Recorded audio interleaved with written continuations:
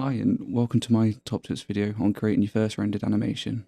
A lot of this stuff I'll talk about is the stuff I struggled with my animation process, creating my first piece. And hopefully I can help you guys avoid the mistakes that I ran into. So, learning the basics. Whether it's from guides online or just getting stuck in with Cinema 4D, you really have to learn the basics. What creates an object, how do you move it, how do you create different types of shapes. This is the key element in blocking out a scene and putting together your rough storyboard of how you want your scene to look. The next one is it's just something you need to remember is just save. I can't stress this enough, but after accomplishing any little task, just make sure you save.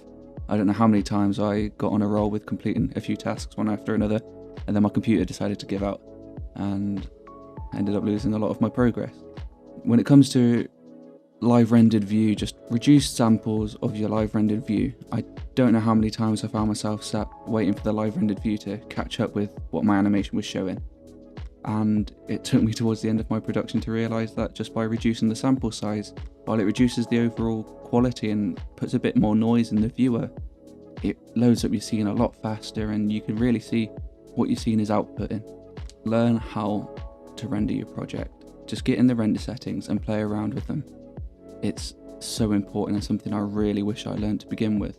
Reducing the sample rates and the GI clamp really helps reduce render times, and if I'd known this beforehand I wouldn't have spent days trying to get a render to come out when I could have done it in 11 hours. Still long, but a lot better.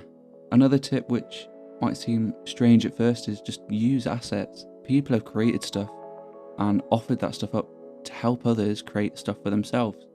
And utilising stuff like 3D scans, texture assistance, mocap data to help bring in a model that you created and rigged yourself to life. As a newcomer, and utilising these assets help assist your production. They give you a broader idea of how each process works so that you can really understand the fundamentals. Remember, stuff like modelling, texturing and animating rigs, they would all be different independent jobs on a big live animated production, so there's no way you're going to learn every little detail of each part.